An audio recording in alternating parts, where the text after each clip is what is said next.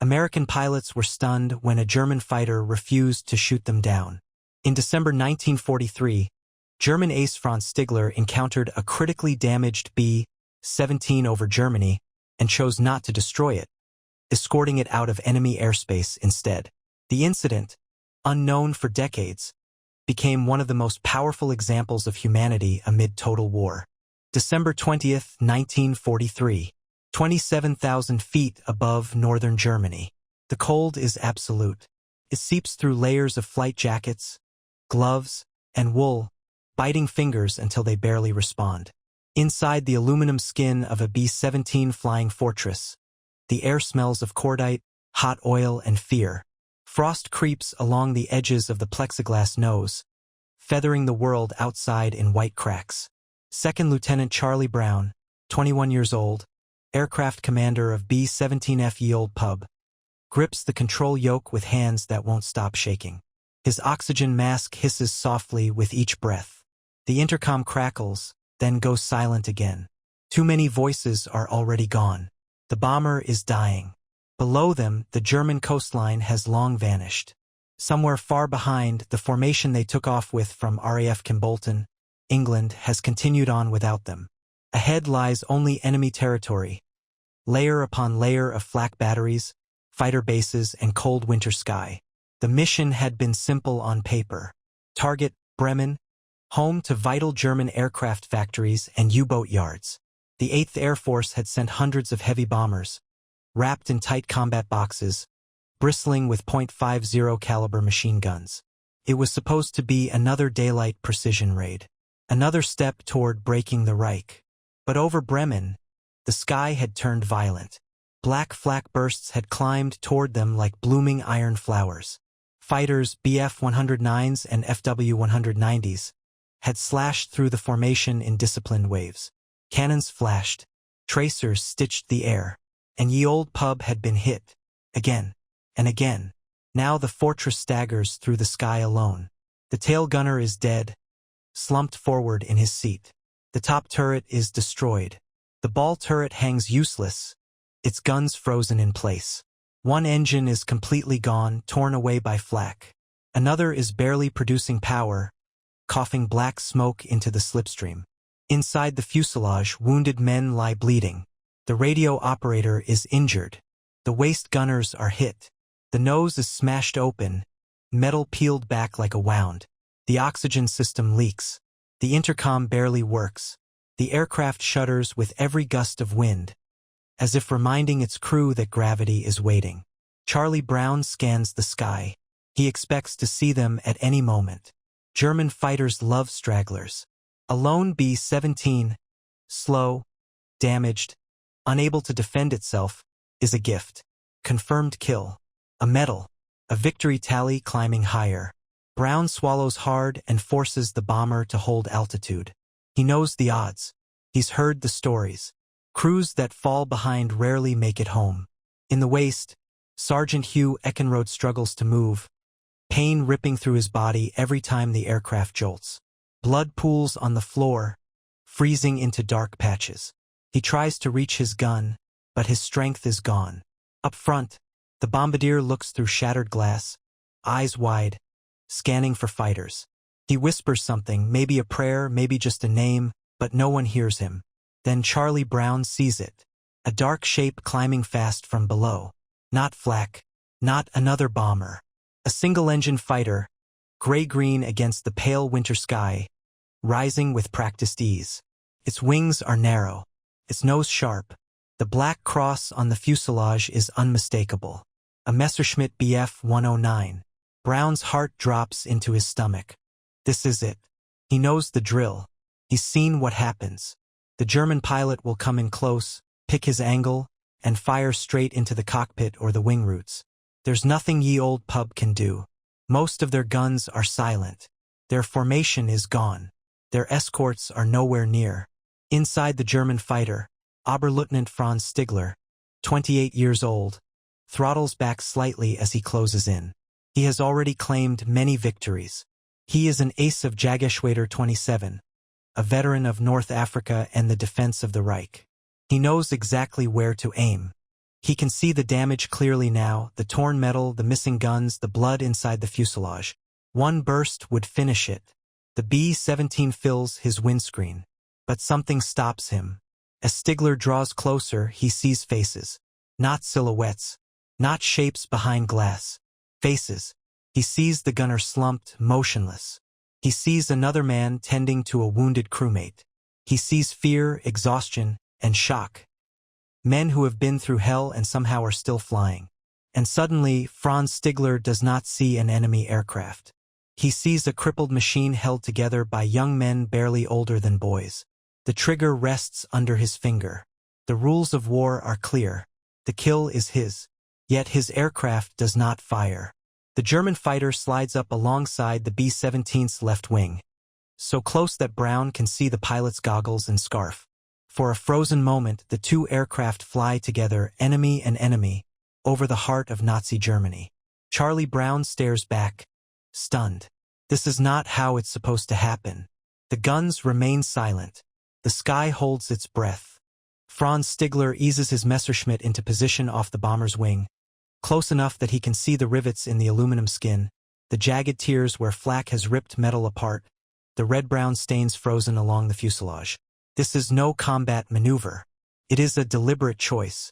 Inside his cockpit, the engine hums steady and powerful. His guns are loaded. His fuel tanks are full. He is flying a perfectly functioning fighter next to an aircraft that should already be falling out of the sky. Stigler's mind flashes backward. Not to Germany. Not to the war maps pinned on briefing room walls. But to North Africa, to the desert airfields of JG-27, to a voice that still lives in his memory. You shoot a man in a parachute, his former commander had told him. You are no longer a fighter pilot. You are a murderer. That commander was Gustav Rodel, one of the Luftwaffe's most respected leaders. Rodel had drilled into his pilots a code older than the Third Reich, older than politics, a fighter pilot's honor. The enemy was to be fought in combat, not executed when helpless. Now, as Stigler looks at the B-17 beside him, that lesson rises unbidden. This bomber is helpless. His guns are silent. His crew is wounded.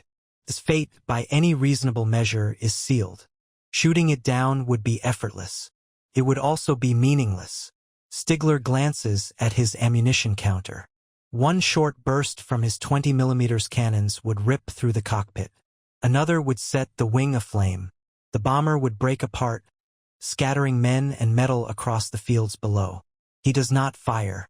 Inside ye old pub, Charlie Brown cannot understand what is happening. The German fighter is still there, still close, still not shooting. Brown's mind races. Is this a trick? Is the fighter waiting for a better angle? Is he lining up a point-blank kill? Brown tries to move the bomber's nose, but the controls respond sluggishly. Every movement feels like asking a wounded animal to run. He knows that if the German opens fire now, there is nothing he can do. The intercom crackles. Pilot! He's not firing. Someone says, disbelief thick in their voice. Brown swallows. His eyes meet the German pilot's again. Then something even stranger happens. The German aircraft shifts position, sliding forward slightly, and Stigler raises one gloved hand. He points not at the bomber but away from it. Downward. West. Brown stares. Is he signaling? Stigler points again, more insistently this time. His mouth moves behind his oxygen mask, forming words Brown cannot hear. Go. Brown shakes his head. He cannot trust this. The German could be trying to herd them toward a flak battery or another fighter group. This might be some cruel game, a moment of false hope before destruction. But Stigler persists. He points toward the bomber's nose, then back toward himself, then west again. His meaning is clear now.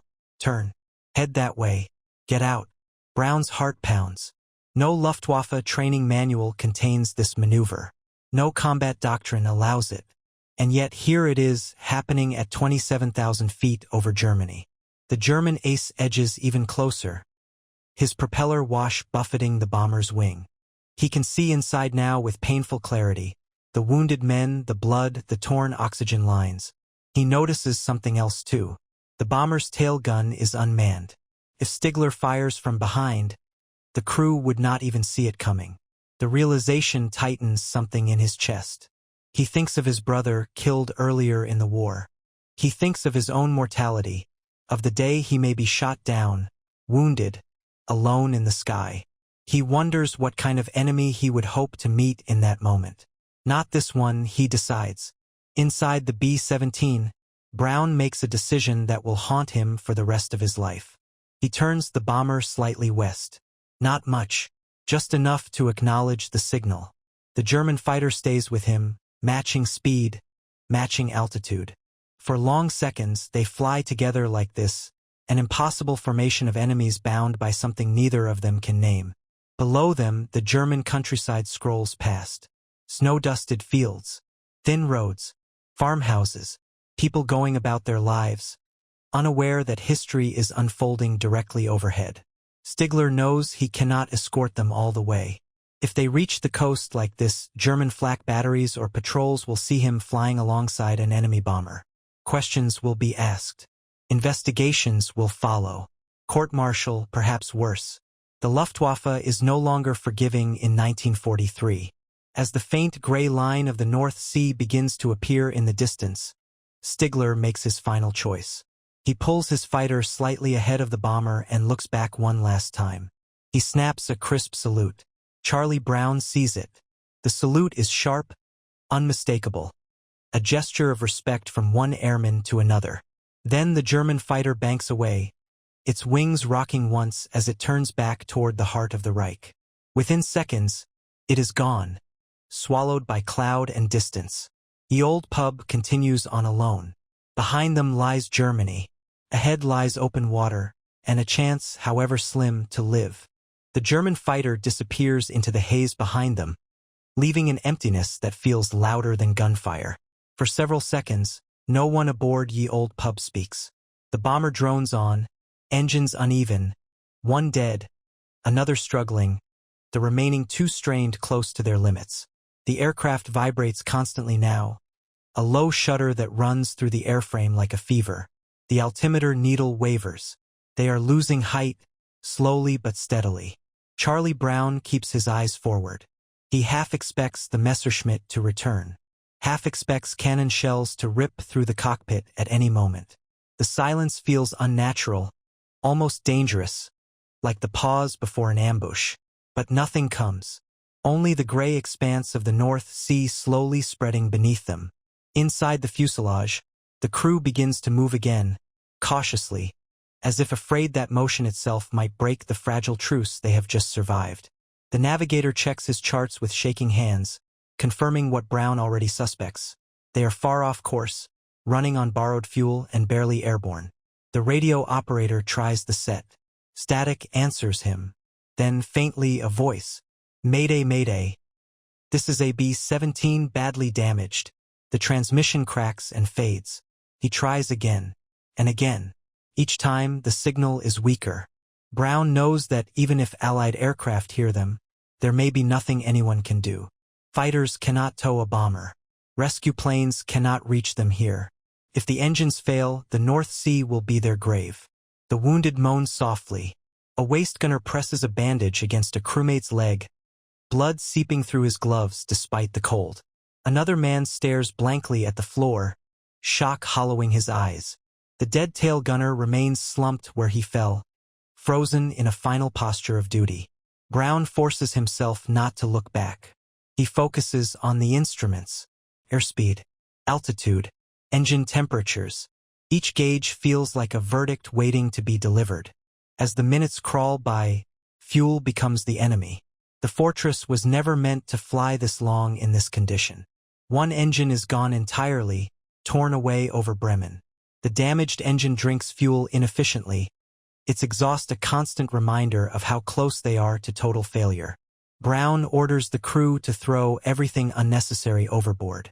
Ammo boxes, loose equipment, anything that can lighten the load.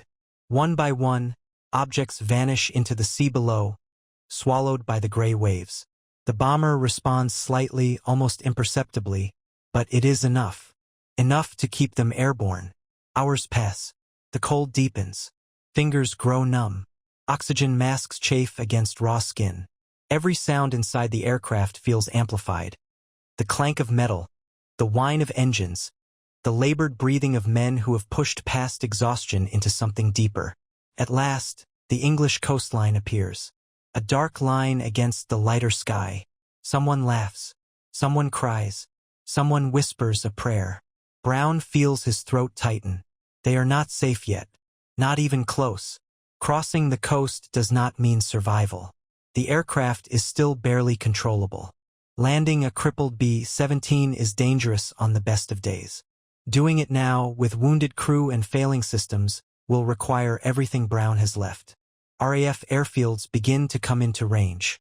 Brown spots one and lines up his approach, careful not to lose too much altitude too quickly. The landing gear indicator flickers uncertainly. He lowers the flaps slowly, praying the hydraulics will hold. The ground rushes up. The fortress hits the runway hard. Metal screams. Tires burst. The aircraft skids, lurches, threatens to ground loop. Brown wrestles the controls, fighting the momentum of a machine that wants to tear itself apart. Finally, mercifully, it stops. Silence crashes in. For a moment, no one moves. Then ground crews are running toward them. Medics, fire trucks, voices shouting. The crew of Ye Olde Pub is pulled from the aircraft one by one, some walking, some carried. As Brown climbs down from the cockpit, his legs nearly give out beneath him. He has to steady himself against the fuselage, the cold metal now streaked with oil, blood, and ice. An intelligence officer approaches him almost immediately. "Lieutenant," the officer says, clipboard in hand, "we'll need your report." Brown nods slowly. He tells them about the flak, the fighters, the damage. He recounts everything as accurately as he can. Then he hesitates.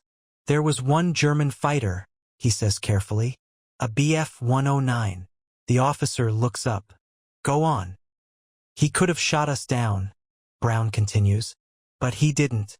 He escorted us, helped us reach the coast." The officer's expression hardens. "That's impossible," he says flatly. Brown insists. The navigator backs him up. So does the bombardier. Multiple crewmen confirm the same unbelievable detail. The officer closes his clipboard. "This never happened," he says quietly. "You do not talk about this. Not to anyone." Brown stares at him, stunned all over again. The war has no room for mercy stories. That night, as the wounded are treated and the dead are counted, Charlie Brown lies awake, replaying the image over and over in his mind. The German pilot's face, the pointing hand, the salute. Somewhere across the channel, that man is alive. Or maybe not. Brown realizes he will probably never know. The war rolls on. The story disappears into silence. The war does not slow down for miracles. By the next morning, RAF Kimbolton is already preparing for another mission. Engines are tested. Bombs are loaded. Briefing rooms fill with cigarette smoke and chalk dust. The machinery of war grinds forward, indifferent to what happened the day before. Charlie Brown sits alone on his bunk. Sleep never came. Every time he closed his eyes, he saw the German fighter sliding into place beside his wing.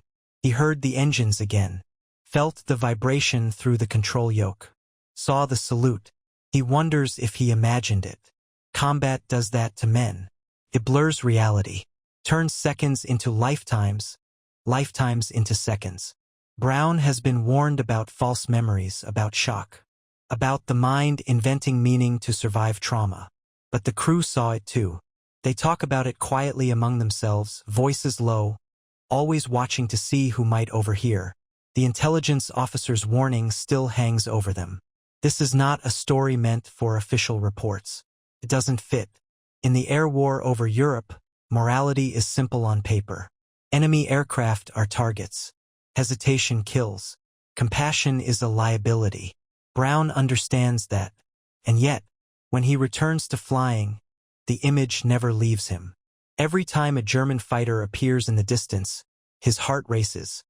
Not just with fear, but with a strange, fragile hope that it might be him again. It never is. Months pass. The casualty lists grow longer. Familiar faces vanish from the mess hall. Aircraft return with empty seats, or don't return at all. Brown completes his tour and eventually leaves Europe behind, carrying with him the weight of survival and the unanswered question of why. Who was that German pilot? Why did he do it? Across the lines, Franz Stigler carries his own silence. He never reports the encounter. He cannot. To admit what he did would be to invite suspicion, interrogation, and possibly execution. The Luftwaffe of late 1943 is no longer the gentleman's Air Force of earlier years. Losses are heavy. Discipline is brutal. Mercy is viewed as weakness. Stigler keeps flying. He continues defending German airspace against ever-growing waves of Allied bombers. He sees more crippled aircraft, more burning men in parachutes, more bodies falling toward the earth. Each time, the memory tightens inside him like a knot. He wonders if the men in that B-17 made it home, wonders if they survived the war, wonders if they ever told anyone what happened.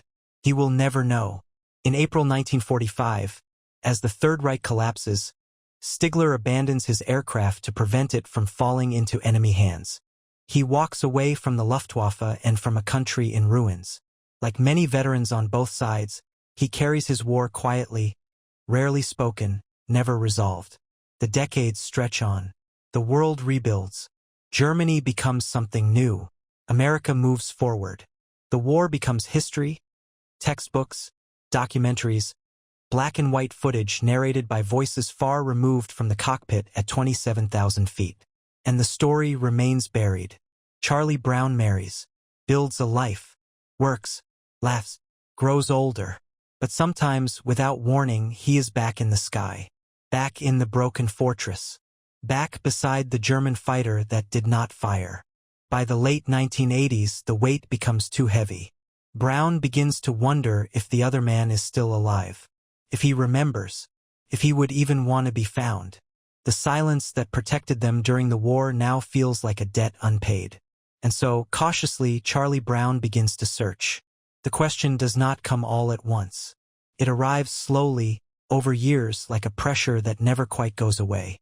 By the late 1980s, Charlie Brown is no longer a young pilot. His hair has thinned, his face lined by time and memory. The war feels distant to most people now. Something sealed behind museum glass and narrated in calm, authoritative voices. But for Brown, December 20th, 1943, is still alive. The older he gets, the more urgently the memory presses in. Not because of fear, not because of guilt, because of gratitude. He realizes one day that he does not even know the name of the man who saved his life. Not a rank, not a unit, not even a face he could reliably sketch. Just a German fighter pilot in a gray-green Messerschmitt who chose, in a moment that mattered, not to pull the trigger. Brown begins quietly. He writes letters. At first, they are careful, restrained, almost apologetic, written to veteran associations, aviation history groups, anyone who might know something. He describes the aircraft, the date, the location, the extraordinary behavior. Most replies come back polite and useless. No record of such an incident. Highly unlikely under Luftwaffe doctrine. Perhaps a misidentification due to combat stress. Some do not respond at all. Brown persists. He refines the details, the altitude, the route back toward the North Sea, the exact damage to the B-17. He contacts former Luftwaffe pilots through intermediaries, careful not to sound accusatory or naive.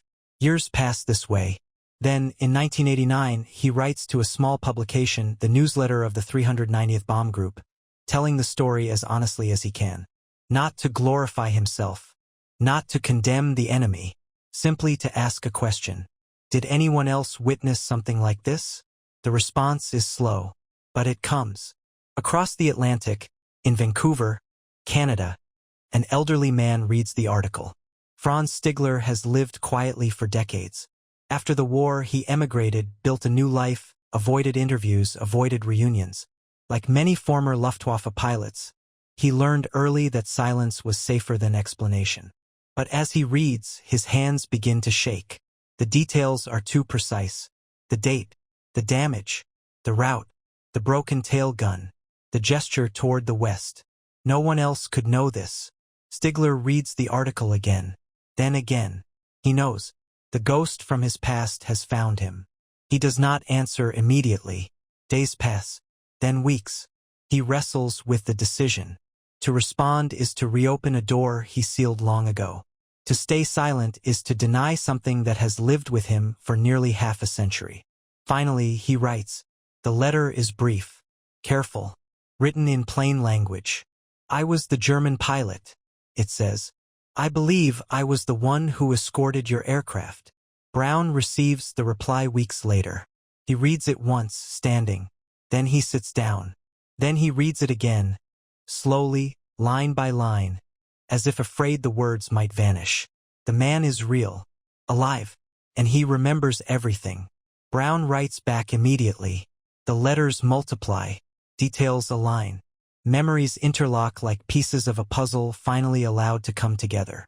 What was once a single impossible moment becomes a shared narrative. Two perspectives converging across time and former enemy lines. They arrange to meet. Neither man knows what to expect. They have lived entire lives since that moment in the sky. Families, careers, losses, joys, regrets. But some things never moved forward. They remained suspended at 27,000 feet. The meeting is arranged carefully. Neither man wants spectacle. There will be no cameras, no speeches, no flags. Just two former pilots, once enemies, now bound by a moment that defied everything the war demanded of them. They meet in Vancouver, where Franz Stigler has made his home. Charlie Brown arrives first. He stands in the terminal longer than necessary, hands in his pockets, scanning faces as they pass. He is suddenly aware of his own age, of how many years have slipped by since the war. He wonders what the man will look like now. Wonders whether recognition will come instantly or not at all. Then he sees him. Stigler is tall, still straight-backed despite his years. His hair is white now, his movements slower, but there is something unmistakably familiar in his posture. The way he carries himself, the way his eyes search the room. For a moment they simply stare. 50 years collapse into seconds. Brown steps forward. So does Stigler. Neither knows who should speak first. Finally, Stigler breaks the silence. You flew the B-17, he says softly, his German accent still present but gentle. Brown nods. And you? Brown replies, voice thick. You were the one who didn't shoot. Stigler exhales slowly, as if releasing something he has held for decades. They shake hands. It is not dramatic. There is no sudden rush of emotion, no cinematic embrace. Just two men acknowledging something long overdue. They sit together later over coffee and begin to talk. At first, the conversation circles around the edges. Families, careers, the lives they built after the war. But inevitably, they return to December 20th, 1943. Stigler tells his side of the story. How he had taken off that morning expecting another routine interception. How he had already shot down a bomber earlier in the day. How he climbed after the straggler and prepared to fire.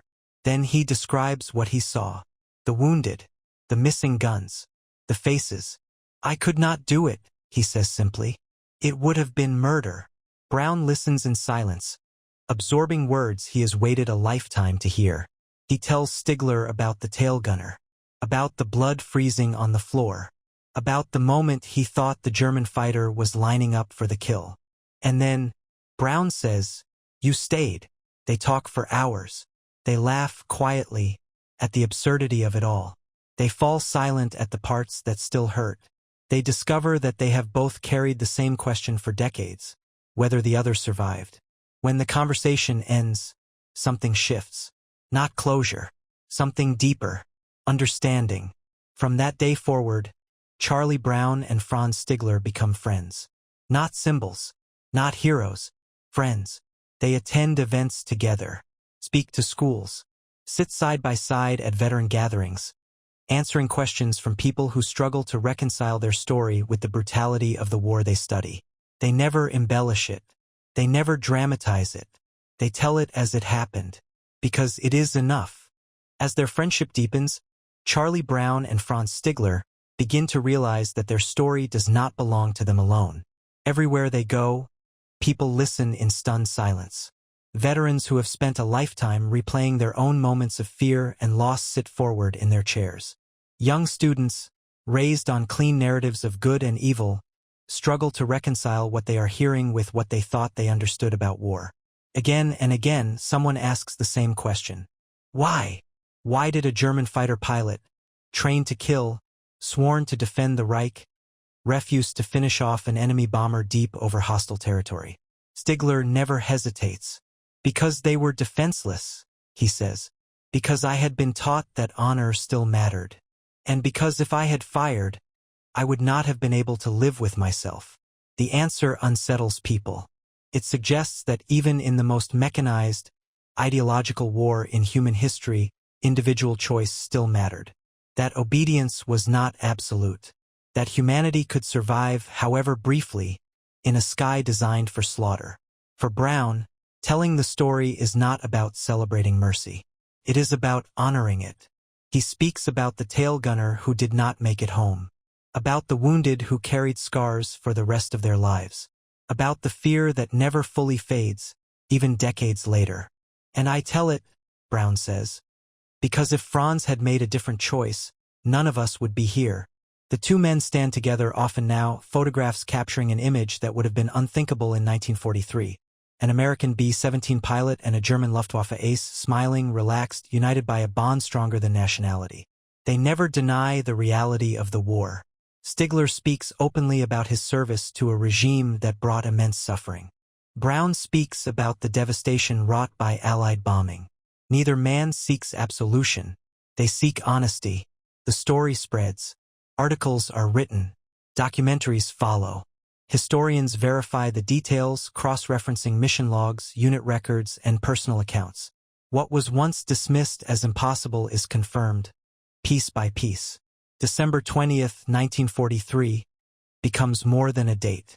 It becomes a reminder that even in a system built to erase individuality, one man's decision can ripple forward across decades.